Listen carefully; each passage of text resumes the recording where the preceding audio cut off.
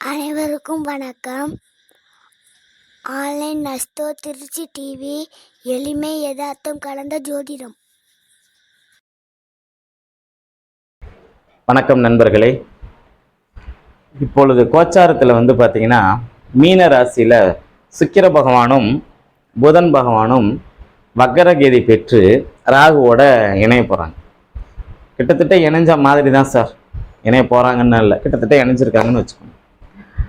இப்போது இதனால் 12 லக்னங்களுக்கு என்ன சார் பாதிக்கும் பார்த்துடலாம். சும்மா வாங்க வீடியோக்குள்ளார போகலாம்.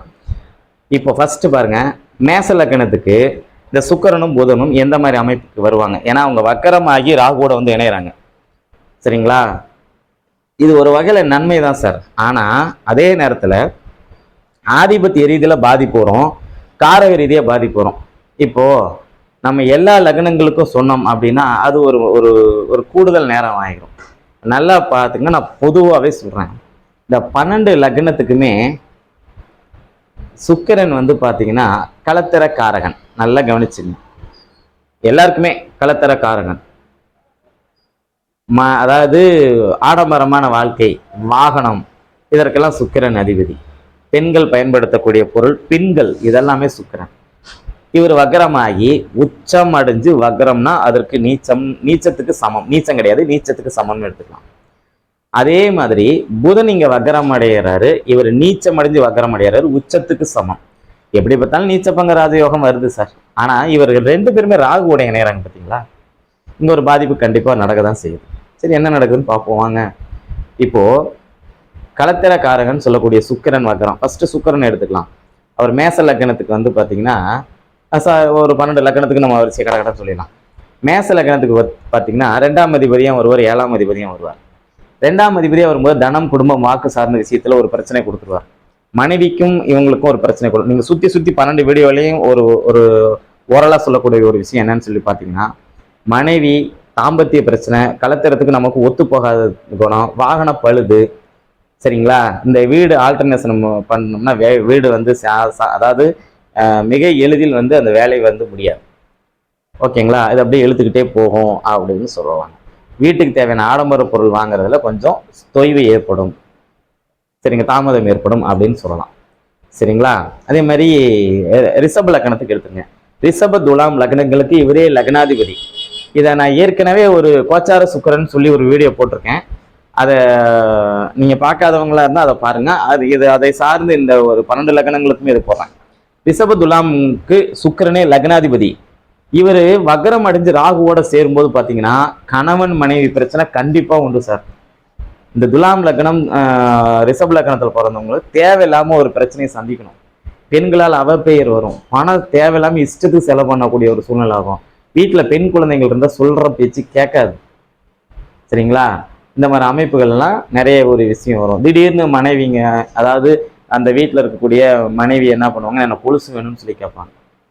ஓகேங்களா? அது வேணும் இது வேணும்னு சொல்லி ஒரு செலவினங்கள் கேட்பாங்க. ஆண்களுக்கு இந்த மாதிரி ஒரு ஒரு தர்ம சங்கடமான ஒரு சூழ்நிலை, இந்த மாதிரி ஒரு சில பல பிரச்சனைகள் ஏற்படும். சரி, இதுவே பெண்களுக்கு இருந்தால் பெண்களுக்கு இருக்கக்கூடிய இயற்கையாக அவர்கள் சந்திக்கக்கூடிய பிரச்சனையில ஒரு பிரச்சனையை கொடுத்துருவார். அதை நம்ம இதில் தெளிவாக விளக்க வேண்டாம் அப்படின்னு நினைக்கிறேன். அந்த ஒரு பிரச்சனையை அவர் கொடுத்துருவார். ஓகேங்களா?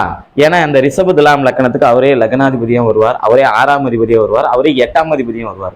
அப்ப நோய், எதிரி, கடன், வம்பு, வழக்கு சார்ந்த நீங்க நல்லா தான் பேசிருப்பீங்க, திடீர்னு ஒருத்தர் பகையா போயிடுவார். ஒருத்தர் பகையா நினைச்சிருப்பீங்க, அவர் உங்களுக்கு நட்பு வட்டாரத்துக்குள்ளார வந்துருவார். இந்த மாதிரி ஒரு மாறுதலான ஒரு பலன்கள் ரிஷப துலாம் லக்னங்க ராசிங்களுக்கு நடக்கும் அப்படின்னு சொல்லலாம். சரி, அதுக்கப்புறம் மிதுனம், கன்னி ராசி லக்னங்களுக்கு பாத்தீங்கன்னா மிதுனத்துக்கு ஒரு 5ஆம் அதிபதி. மன நிம்மதி கெடும் சார். குழந்தைங்களாலேயும் நமக்கு ஒரு பிரச்சனை வரும். குலதெய்வ கோயிலுக்கு போக முடியாது. சரிங்களா? முன்னோர்களை நினைச்சு நம்ம வருத்தப்படக்கூடிய நிலைமை வரும். நம்மளுடைய இந்த சுற்றுலா, நம்ம மனசு சந்தோஷமா வைக்கிறதுக்கு ஒரு தியேட்டர், பார்க்கு, மூவி, அதெல்லாம் பார்த்தீங்கன்னா பீச்சுக்கு அந்த மாதிரி போகிறதுக்கு ஒரு ப்ரோக்ராம் போட்டிங்கன்னா, டூர் போகிறதுக்குலாம் ஒரு ப்ரோக்ராம் போட்டிங்கன்னா இந்த இடத்துல ஒரு பிரேக் ஆகும் அப்படின்னு சொல்லலாம். சரி, அதன் பிறகு பார்த்தீங்கன்னா கன்னி லக்னம். கன்னி லக்னத்துக்கு அவர் 2ஆம் அதிபதியாக வருவார், 9ஆம் அதிபதியாக வருவார். 2ஆம் அதிபதினா நம்ம இந்த மேச லக்னத்துக்கு சுக்கிரன் அமைப்பு சொன்னோமே, அதுவே இதுவான். தனம், குடும்பம், வாக்கு சார்ந்த விஷயத்துல நமக்கு ஒரு பிரச்சனை தருவார். காசு எதிர்பார்த்த அளவு காசு வராது. 9ஆம் இடம் பார்த்தீங்கன்னா தகப்பனாருக்கும் நமக்கு கொஞ்சம் ஒத்து போகாத ஒரு சூழ்நிலையாகும். நம்மளுடைய பெயர் கெடக்கூடிய ஒரு சூழ்நிலையாகும். பெண்கள் கிட்ட கொஞ்சம் ஜாக்கிரதையா இருக்கணும். யாருங்க சார்? கன்னிராசி, கன்னி லக்னம். ஓகேங்களா? அதுக்கப்புறம் பார்த்தீங்கன்னா கடக லக்கணத்துக்கு வந்துடலாம். கடக லக்கணத்துக்கு வந்து அவர் 4ஆம் அதிபதியாக வருவார், 11ஆம் அதிபதியாக வருவார். யாராவது சுக்கிரன். அப்போ 4ஆம் அதிபதியாக கடக லக்கணத்துக்கு அவர் வரும்போது பார்த்தீங்கன்னா தாய், வீடு, மனை, வாகனம் சார்ந்த விஷயத்தில் ஒரு பிரச்சனையை கொடுத்துருவார், அல்லது 2 தடவை செய்ய வச்சிருவாரு. இந்த மாதிரி ஒரு விஷயத்தை கொடுத்து அதுக்கப்புறம் தான் நமக்கு ஒரு இது கொடுப்பாரு. இந்த விஷயத்திலெல்லாம் கொஞ்சம் கவனமாக இருப்பது நல்லது. அதுக்கு தான் இந்த வீடியோ போடுறேன். 18/5/2025 வரைக்கும் நீங்கள் கவனமாக இருக்கணும், எல்லா ராசி லக்கணமும். ஓகேங்களா? சரி, அதுக்கப்புறம் பார்த்தீங்கன்னா சிம்ம லக்கணம். சிம்ம லக்கணத்துக்கு வந்து பார்த்தீங்கன்னா அவரே 3ஆம் அதிபதியும் வருவார், 10ஆம் அதிபதியும் வருவார். முன்னேற்றத்தும் லேசாக தடை பண்ணுவார். நமக்கும் நம்மளோட இளைய சகோதரருக்கும் கொஞ்சம் ஒத்து போகாது, தவறாக புரிஞ்சுக்கிற மாதிரி ஒரு சூழ்நிலையாகும். குறிப்பாக தங்கச்சிங்க இருந்தால் தங்கச்சிக்கு நமக்கு ஏதாவது வகையில் ஒரு சின்ன மனக்கசப்பு வரும். சரி, அவரே 10ஆம் இடத்துக்கு அதிபதி. 10ஆம் இடத்துக்கு அதிபதிங்கிற பற்றி தொழிலில் நீங்கள் கவனமாக இருக்கணும், அல்லது நீங்கள் அந்த சாப்பிடக்கூடிய உணவுப் பொருளில் நிச்சயமாக கவனமாக இருக்கணும். கர்மஸ்தானங்கள் நடக்கிறதுக்கு வாய்ப்பு உண்டு. கடக லக்கணத்துக்கு 11ஆம் இடத்துக்கான அந்த பலன் சொல்லலை, இப்போ நான் சொல்லிடலாம். கடக லக்கணம் அது 11ஆம் அதிபதி. இந்த மூத்த சகோதரர்களோட கொஞ்சம் பிரச்சனையாகும். பெரிய தன லாபங்கள் வந்து நமக்கு அதை எதிர்பார்க்கிற அமைப்பு வந்து கிடைக்காது. அதே மாதிரி விருச்சிக லக்கணத்துக்கு வந்து பார்த்தீங்கன்னா அவரே 7ஆம் அதிபதி, 12ஆம் அதிபதி. 7ஆம் அதிபதினா மனைவி, 12ஆம் அதிபதினா மனைவியால் கிடைக்கக்கூடிய சுகங்கள். இந்த 2 விஷயத்திலையும் ஒரு பிரச்சனையை வந்து கொடுத்துருவாரு. ஒரு தாம்பத்திய குறைபாடுகள் இந்த விருச்சிக லக்கண ராசிக்காரங்களுக்கு இந்த காலகட்டத்தில் நடக்கும். எப்போ சார்? 18/5/2025 வரைக்கும். அதுக்கப்புறம் அஸ் யூஸ்ஃபுல் ஆயிரும். ஓகே. அதே மாதிரி தனுசு லக்கணத்துக்கு அவர் 6ஆம் அதிபதி, 11ஆம் அதிபதி. பரவாயில்ல சார், அவர் பலகீனம் அடைகிறது நல்லது. ஆனால் தாம்பத்தியத்தை அவர் தானே கொடுக்கணும். மனைவியால் வரக்கூடிய சுகங்களை அவர் தானே கொடுக்கணும். ஆடம்பர வீட்டை அவர் தானே தரும், அவர் தானே காரக கிரகம். அப்போ அது நமக்குள்ள ஒரு பாதிப்பு வரதானே செய்யுது. அப்போ தனுசு மீன லக்கணக்காரங்களுக்கு இந்த மாதிரி அமைப்பு தான் இது வந்து நடக்கும். அதே மாதிரி பெரிய லாபம் வந்து எதிர்பார்க்க முடியாது. நம்மளுடைய மூத்த சகோதரத்துக்கு நமக்கு ஒரு பிரச்சனையாகும் அப்படின்னு சொல்லலாம். அப்படியே மகர லக்கணம், மகர ராசிக்கு எடுத்துங்க. மகர ராசிக்கு அவர் ராஜயோகாதிபதியாக வருவார். சரிங்களா? அப்போ ராஜயோகாதிபதியாக வரும்போது அவரே மகர லக்கணத்துக்கு 5ஆம் அதிபதியாகவும் வருவார். அதன் பிறகு பார்த்தீங்கன்னா 10ஆம் அதிபதியாக வருவார். 5ஆம் இடங்கிறது புத்திரர் சார்ந்த விஷயத்தில் ஒரு பிரச்சனையை கொடுத்துருவாரு. 10ஆம் இடங்கிறது ஒரு தொழில் சார்ந்த ஒரு விஷயத்திலையும் நமக்கு ஒரு பிரச்சனை கொடுத்துருவாரு. எதிர்பார்த்த அளவுக்கு நமக்கு அமௌண்ட் வராது, நேரத்துக்கு சாப்பிட முடியாத ஒரு சூழ்நிலையாகும். இதெல்லாம் 18/5/2025 வரை. சரி, அப்படியே கும்ப லக்கணத்துக்கு போயிடலாம் சார். கும்ப லக்கணத்துக்கு வந்து பார்த்தீங்கன்னா 4ஆம் அதிபதியே வரும், 9ஆம் அதிபதியே வரும். அப்போ 4ஆம் அதிபதினா தாய்க்கும் நமக்கும் கருத்து வேறுபாடு வரும், வாகனங்கள் வந்து பழுது ஏற்படும், டயர் மாத்திர ஒரு சூழ்நிலை வரும். ஓகேங்களா? செல்ஃபோன் கட்டினது வாட்ச் கட்டியிருந்தீங்கன்னா வாட்சுக்கு வார் மாத்திர மாதிரி வரும். நீங்கள் வந்து லேப்டாப் பயன்படுத்திங்கன்னா லேப்டாப்புக்கு பேட்டரி மாத்திர மாதிரி ஒரு சூழ்நிலை வரும். இந்த மாதிரி அமைப்புகள்லாம் கொண்டு வந்து கொடுத்துருவாங்க அப்படின்னு சொல்லுவாங்க. குறைந்தபட்சம் ஒரு OS அது போடுற மாதிரி கொண்டு வந்து விட்டுருவாங்க அப்படின்னு சொல்லலாம்.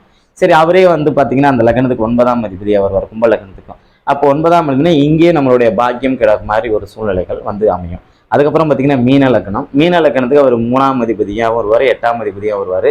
இதுக்கு மட்டும்தான் சார் கொஞ்சம் வக்கரம் மறையுது. ஒரு 50% வந்து கொஞ்சம் நல்ல பலன் இருந்தாலும் அந்த அவருடைய காரக விஷயங்கள் வந்து இங்கேயே பாதிப்படையும். இதே மாதிரி தான் சார் புதனுக்கும் நீங்கள் எடுத்துக்கணும். ஓகேங்களா? புதன் பொதுவாக நான் 12 லக்கணத்துக்கு புதன் அப்படின்னு சொல்லி பார்த்தீங்கன்னா காளிமனை, தாய்மாமன். சரிங்களா சார்? பொதுவாக படிப்பு சார், படிப்பு, பெருமாள் கோயில், விஷ்ணு கோயில்கள், இது சம்மந்தப்பட்ட பிரச்சனை. 18/5/2025 நீங்கள் ஒரு பெருமாள் கோயிலுக்கு போகணும்னு நீங்கள் டிசைட் பண்ணீங்கன்னா தள்ளி போகும் சார். சரிங்களா? நீங்கள் எதிர்பார்த்த அளவுக்கு ஒரு மார்க் வராது. ஏன்னா புதன் வக்ரம் அடைஞ்சிருக்கும். உங்கள் தாய் மாமனுக்கு உங்களுக்குமான உறவுகள் கொஞ்சம் சிறப்பாக இருக்காது. ஓகேங்களா? அதே மாதிரி பார்த்தீங்கன்னா காளிமனை இடம் சம்மந்தப்பட்ட பிரச்சனை வரும், அடி பிரச்சனைகள் வரும். நாம் அந்த 12 லக்கணத்துக்குமே பொதுவாகவே சொல்லிடலாம். இந்த அடி பிரச்சனை சம்மந்தப்பட்ட விஷயங்கள் எல்லாமே வரும். டாக்குமெண்டேஷன், நீங்கள் ஒரு பத்திரப்பதிவு பண்ணணும்னு நினைக்கிறீங்க அப்படின்னா அதில் வந்து 2 முறை பண்ணுற மாதிரி ஆயிரும். ஒரு தடவை போய் பத்திரத்தில் கையெழுத்து போட்டுட்டுலாம் எல்லா வேலையும் முடிச்சுட்டு வந்துடுவீங்க. திருப்பி உங்களுக்கு இன்னொரு ஏதோ ஒரு சர்டிஃபிகேட் போய் வாங்கிட்டு வாங்கன்னு சொல்லி ரிஜிஸ்டர் ஆஃபீஸ்லேருந்து தகவல் வரும், திருப்பி அதை போய் பண்ணுவீங்க.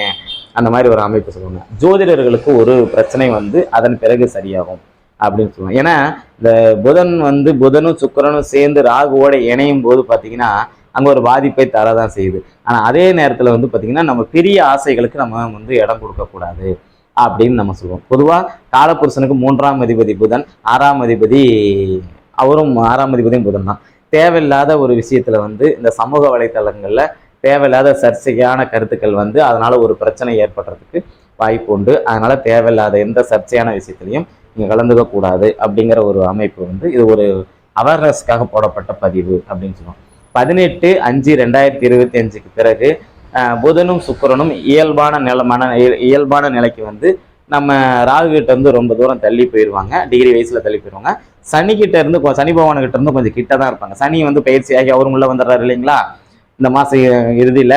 அப்ப அவரோட நெருங்கும் போது பாத்தீங்கன்னா அவ்வளவு ஒரு பெரிய பாதிப்பை வந்து அவங்க தரமாட்டாங்க. என்ன இருந்தாலும் கடைசியா சொல்லக்கூடிய ஒரே ஒரு ஆறுதல், குருவும் சுக்கிரனும் பரிவர்த்தனை அடைகிறாங்க. அதனால சுக்கிரனால் ஏற்படக்கூடிய பாதிப்பு 50% நிச்சயமாக குறைய வாய்ப்பு உண்டு. அதனால கவலைப்படாதீங்க, சரிங்களா? இருந்தாலும் மனைவிக்கும் நமக்கும் கணவனுக்கும் மனைவிக்கும் ஒரு சின்ன ஒரு மனஸ்தாபம் நிச்சயமாக வரும். வருமானம் சார்ந்த விஷயத்துல ஒரு கவலை இருக்கும், கொடுத்த பணம் வரலைங்கன்னு ஒரு ஏக்கம் இருக்கும். இது எல்லாமே 18/5/2025 மேல சரியாகும் சொல்லி இந்த வீடியோ பதிவை இந்த அளவில் நிறைய செய்கிறேன்.